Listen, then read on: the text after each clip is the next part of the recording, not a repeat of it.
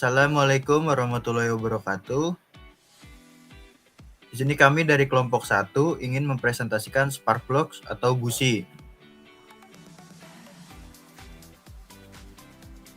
Nah, di sini ada anggota kelompok kami. Yang pertama, Saya sendiri Anas Malik Hidayat. Saya Dika Dipinantio. Saya Fatur Alfariti. dan saya Vicky Alamsyah sebagai moderator.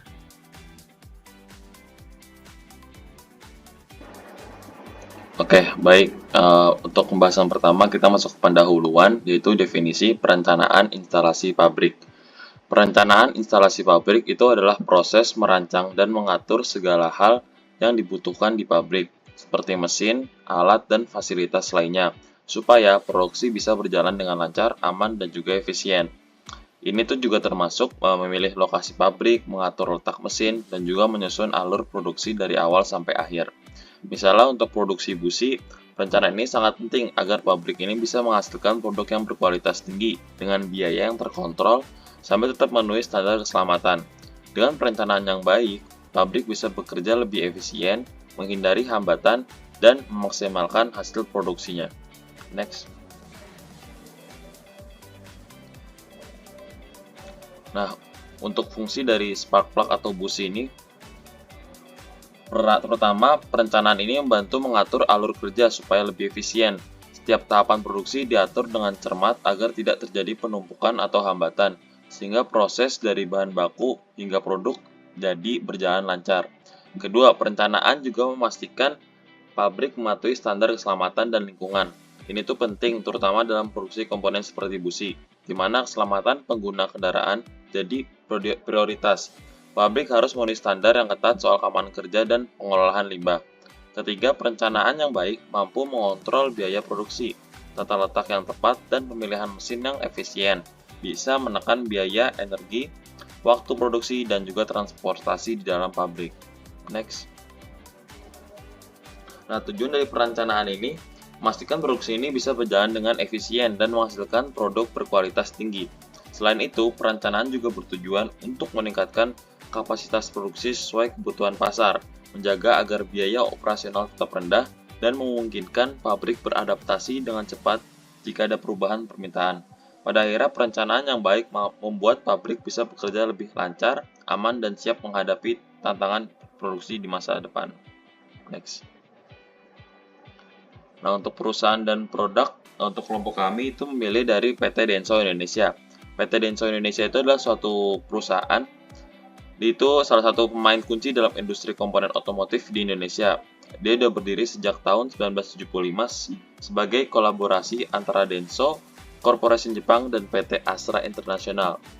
Dengan lokasi pabrik ini di Bekasi dan di Karawang. Perusahaan dan PT Denso ini memproduksi berbagai komponen penting seperti AC mobil, sistem kontrol mesin, busi, dan filter oli. Next. Selanjutnya akan dibacakan oleh teman saya. Oke, terima kasih. Saya di sini akan menjelaskan busi. Definisi busi adalah komponen penting dalam mesin pembakaran dalam atau internal combustion engine yang berfungsi untuk menyalakan campuran udara dan bahan bakar di dalam ruang bakar. Busi ini bekerja dengan mengalirkan arus listrik tegangan tinggi yang dihasilkan oleh koil pengapian. Nah, kemudian menghasilkan percikan api di celah elektroda busi. Nah, percikan api ini menyalakan campuran udara sampai bahan bakar yang kemudian menghasilkan pembakaran yang menggerakkan piston dan memberikan tenaga pada mesin. Fungsi dari busi ini adalah mengalirkan arus listrik tegangan tinggi yang dihasilkan oleh koil pengapian dan menciptakan percikan api di dalam ruang bakar untuk menyalakan campuran udara sampai bahan bakar. Memastikan proses pembakaran terjadi secara optimal sehingga mesin dapat beroperasi dengan efisien dan emisi gas terbuang dapat diminimalkan. Dan selanjutnya saya akan menjelaskan manfaat dan tujuan. Yang pertama, meningkatkan efisiensi pembakaran, yang dimana busi yang berkualitas memastikan percikan api yang kuat dan konsisten sehingga campuran udara sampai bahan bakar terbakar secara sempurna. Nah, yang kedua ada memperpanjang umur mesin. Dengan pembakaran yang optimal, busi membantu mengurangi penumpukan karbon di dalam ruang bakar. Ini mencegah kerusakan komponen mesin. Yang terakhir, mengurangi emisi gas buang. Membantu meminimalkan emisi gas buang dengan memastikan bahwa pembakaran terjadi secara efisien, sehingga kendaraan lebih ramah lingkungan dan memenuhi standar emisi yang berlaku. Selanjutnya akan dibacakan oleh teman saya. Baik, spesifikasi busi yang kita dapat ini pertama tuh ada materialnya tuh insulator. Insulator itu material kita mengambil dari aluminium oksida. Nah, material ini memiliki sifat isolasi yang sangat baik dan ketahanan yang luar biasa terhadap panas dan tekanan, membuatnya ideal untuk aplikasi busi. Selain itu, ketahanan terhadap listrik yang bagus atau konduktivitasnya yang memastikan tidak ada kebocoran listrik. Yang kedua tuh material metal seal. Nah, material metal sealnya itu kita gunakan dengan IC 1010. Dia ini memiliki daya hantar panas yang bagus. Contohnya seperti terjadinya combustion di ruang bakar itu dia membuang panas agar tidak terjadi overheating pada mesin. Selain itu, material ini mudah dibentuk pada saat proses cold drawing jenis punching. Dimensinya, diameter ulir 10 mm, panjang ulir 12,7, tipe kode F. Nah, panjang ulir ini berbeda-beda, contohnya seperti kode busi Denso U24 FS U9 yang saya jelaskan. Jadi itu kode U itu di sini dimaksud dengan diameter ulir busi itu 10 mm. Nah, 24 ini dia ini heating rate atau tingkat pelepasan panas busi. Semakin kecil angkanya termasuk busi panas, dan sebaliknya semakin tinggi angkanya itu termasuk busi dingin.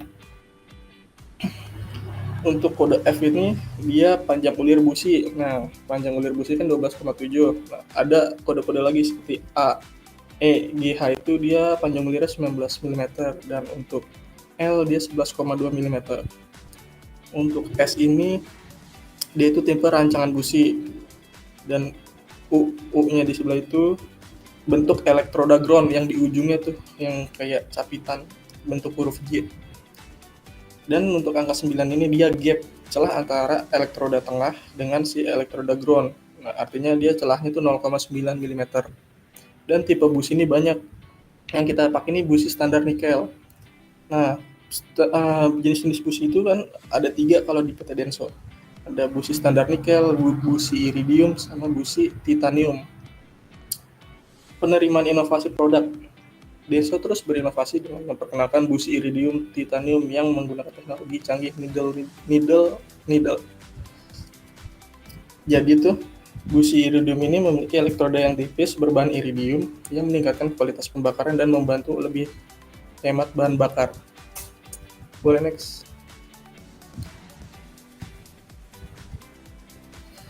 Kapasitas produksi. Nah, data produksi busi PT Denso yang kita dapat selama periode dari Januari 2019 hingga 2020 berikut rinciannya. Jadi itu dia per bulan memproduksi 233.000 busi. Untuk data per bulannya 7 juta per bulan untuk satu perusahaan, belum dari anak-anak perusahaannya. Nah, untuk total produksi di satu perusahaan selama periode 2019 sampai 2020 itu total 44 juta.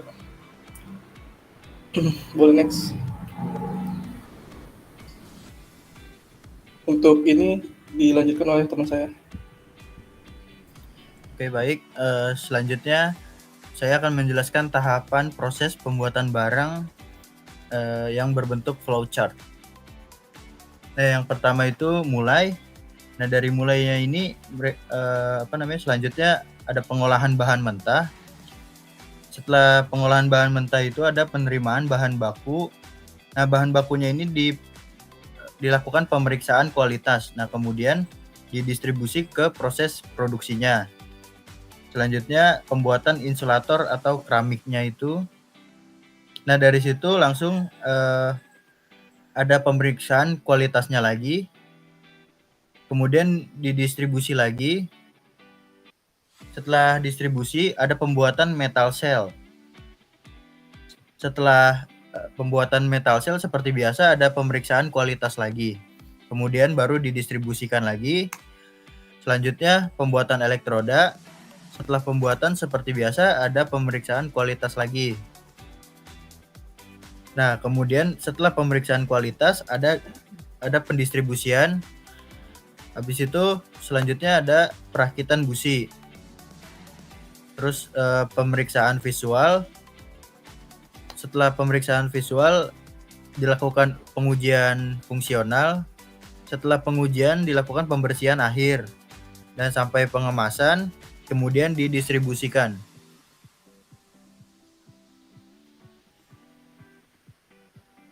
Nah, di sini saya akan menjelaskan layout PT Denso Indonesia atau alur proses manufaktur atau produksi. Terdiri dari 6 tahapan. Nah, yang pertama itu ada keramik forming atau membentuk bahan keramik ke dalam bentuk awal yang diinginkan. Kemudian ada cold drawing, menarik material pada suhu rendah untuk mengurangi ukuran dan meningkatkan kekuatannya atau penguatan material. Nah, yang ketiga ada cold extrude wire, membentuk kawat melalui proses ekstrusi dingin untuk mendapatkan diameter yang diinginkan. Kemudian ada assembly atau merakit komponen-komponen yang telah dibentuk untuk menjadi produk yang jadi. Kemudian ada quality control, memastikan produk sesuai dengan standar kualitas melalui pemeriksaan dan pengujian. Nah, yang terakhir ada storage atau menyimpan produk yang sudah lolos uji untuk siap didistribusikan atau digunakan. Selanjutnya akan dibacakan oleh teman saya. Oke, jadi di sini masuk proses manufaktur. Dalam proses pembuatan busi di PT Denso Indonesia ada beberapa fabrikas yang digunakan, yaitu ada proses pertama keramik forming atau pembentukan insulator busi. Nah, proses ini dimulai dengan pemilihan bahan keramik yang tepat, diikuti dengan pencetakan untuk membentuk insulator, kemudian dilakukan pengeringan untuk menghilangkan kelembapan. Nah, jadi di proses ini pembentukan bodi busi yang berbahan keramik atau yang bagian putihnya itu. Terus yang kedua itu ada cold drawing punching, yaitu untuk pembuatan metal shell. Nah, pembuatan metal shell atau pembungkus metal pada busi pertama itu dengan pemilihan material yang kayak di awal tuh dengan material IC 1010. Nah, material ini dapat bertahan di temperatur suhu tinggi dan memiliki sifat konduktor yang baik. Proses ini dilakukan dengan menekan sebuah piston yang menekan si material tersebut ke dalam dies hingga membuat benda yang diinginkan. 3. Ada cold drawing atau membuat elektroda inti. Nah, proses cold drawing untuk membuat wire elektroda inti busi dimulai dengan memilih kawat untuk bahan baku yang berdiameter besar dari paduan nikel atau logam khusus yang tahan panas dan korosi. Nah, pertama tuh kawat ini dibersihkan dulu untuk menghilangkan kotoran dan diberi pelumas agar tidak menimbulkan gaya geseng besar pada ujung extruder saat ditarik ke dalam cetakan. Next. Nah, keempatnya ada turning atau membuat ulir busi. Nah, proses pembuatan dilakukan pada komponen metal cell dengan membuat ulir. Nah, fungsinya itu sangat berguna karena untuk mencegah busi lepas dari mesin saat beroperasi. Yang kelima, assembly atau perakitan. Nah, proses ini di mana semua komponen-komponen yang tadi itu dirakit menjadi satu kesatuan busi. Tapi dia ini belum bisa didistribusikan karena ada beberapa proses yang harus dilakukan.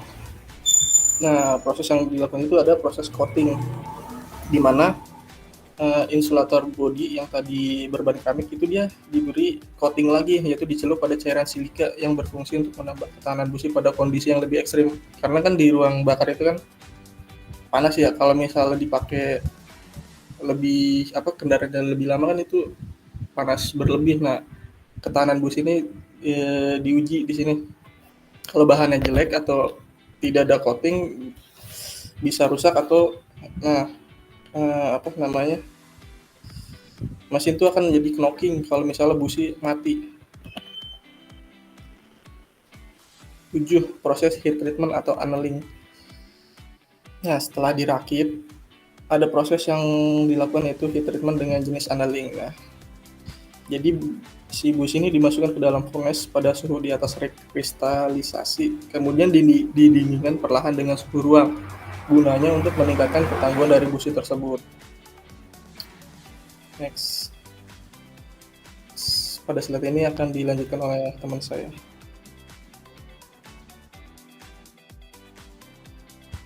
Standar kualitas dan sertifikasi. Setiap perusahaan pasti akan menetapkan standar kualitas dan sertifikasinya. Di perusahaan Denso ini umumnya mencakup berbagai aspek yang menjamin produk berkualitas tinggi dan memenuhi regulasi industri. Berikut adalah standar kualitas dan sertifikasi dalam pembuatan spark plug di PT Denso Indonesia. Yang pertama ada ISO 9001, yang dimana ini standarnya itu berisi untuk mengikuti standar manajemen mutu internasional ISO 9001 untuk memastikan bahwa proses produksi dan manajemen perusahaan memenuhi persyaratan kualitas yang telah ditetapkan. Terus di standar kedua itu ada ISO TS 16949. Ini standar ini tuh khusus untuk industri otomotif. Dan gunanya itu untuk memastikan bahwa produk memenuhi kebutuhan dari pelanggan atau customer dan peraturan yang berlaku. Sertifikasi ini menjamin bahwa pabrik Denso Indonesia mematuhi proses dan prosedur yang ketat dalam produksi busi. Yang ketiga maksudnya, itu ada sertifikasi SNI, karena pabrik Denso Indonesia ini letaknya di Indonesia, otomatis mengikuti standar dari negara Indonesia itu sendiri. Lalu untuk yang keempat ada sertifikasi internasional, yang mana tuh sertifikasi ini untuk perusahaan ini tuh kalau mau mengekspor produk businya ke luar negeri, maka standar produknya itu harus mengikuti standar internasional.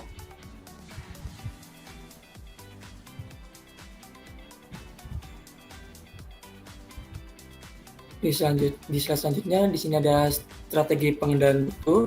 Yang pertama itu ada penetapan standar kualitas, yaitu menetapkan kriteria kualitas dan buat dokumentasi standar. Terus di poin yang kedua ada perencanaan proses produksi, yaitu mendesain proses produksi yang efisien dan memilih material berkualitas tinggi. Di ketiga ada pengendalian proses, yaitu memonitor setiap tahap produksi dan lakukan pengujian in proses. Yang di urutan keempat ada pengujian akhir produk, yaitu melakukan pengujian kualitas menyeluruh pada produk akhir. Di poin kelima ada umpan balik dan tindakan perbaikan, yaitu mengembangkan sistem umpan balik dan mengimplementasikan tindakan perbaikan segera. Di poin keenam ada pelatihan dan peningkatan kapasitas SDM, yaitu memberikan pelatihan terkait pengendalian mutu kepada karyawan. Terus di poin ketujuh ada pemanfaatan teknologi, yaitu menggunakan otomasi dan analisis data untuk meningkatkan efisiensi kerja. Di poin ke-8 ada audit dan peninjauan, yaitu melakukan audit internal dan peninjauan manajemen secara berkala. Di poin ke-9 ada keterlibatan stakeholder, yaitu mengkolaborasi dengan pemasok dan melibatkan pelanggan dalam pengendalian mutu. Di poin terakhir yaitu poin ke-10, yaitu komitmen terhadap keberlanjutan, yaitu menerapkan praktik ramah lingkungan dalam proses produksi.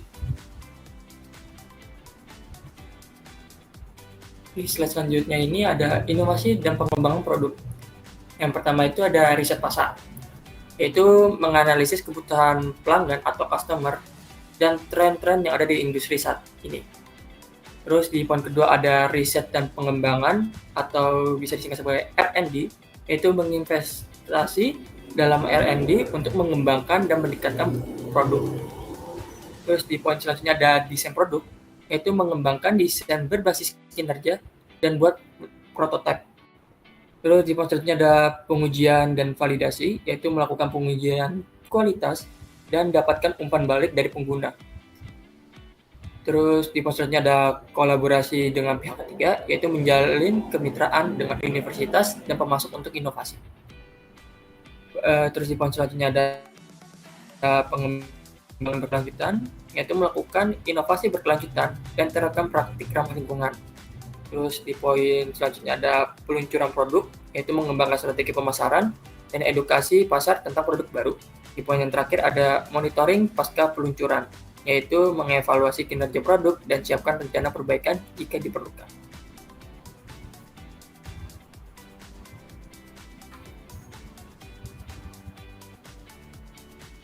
Sekian presentasi dari kelompok kami. Kurang lebihnya mohon maaf. Wassalamualaikum warahmatullahi wabarakatuh.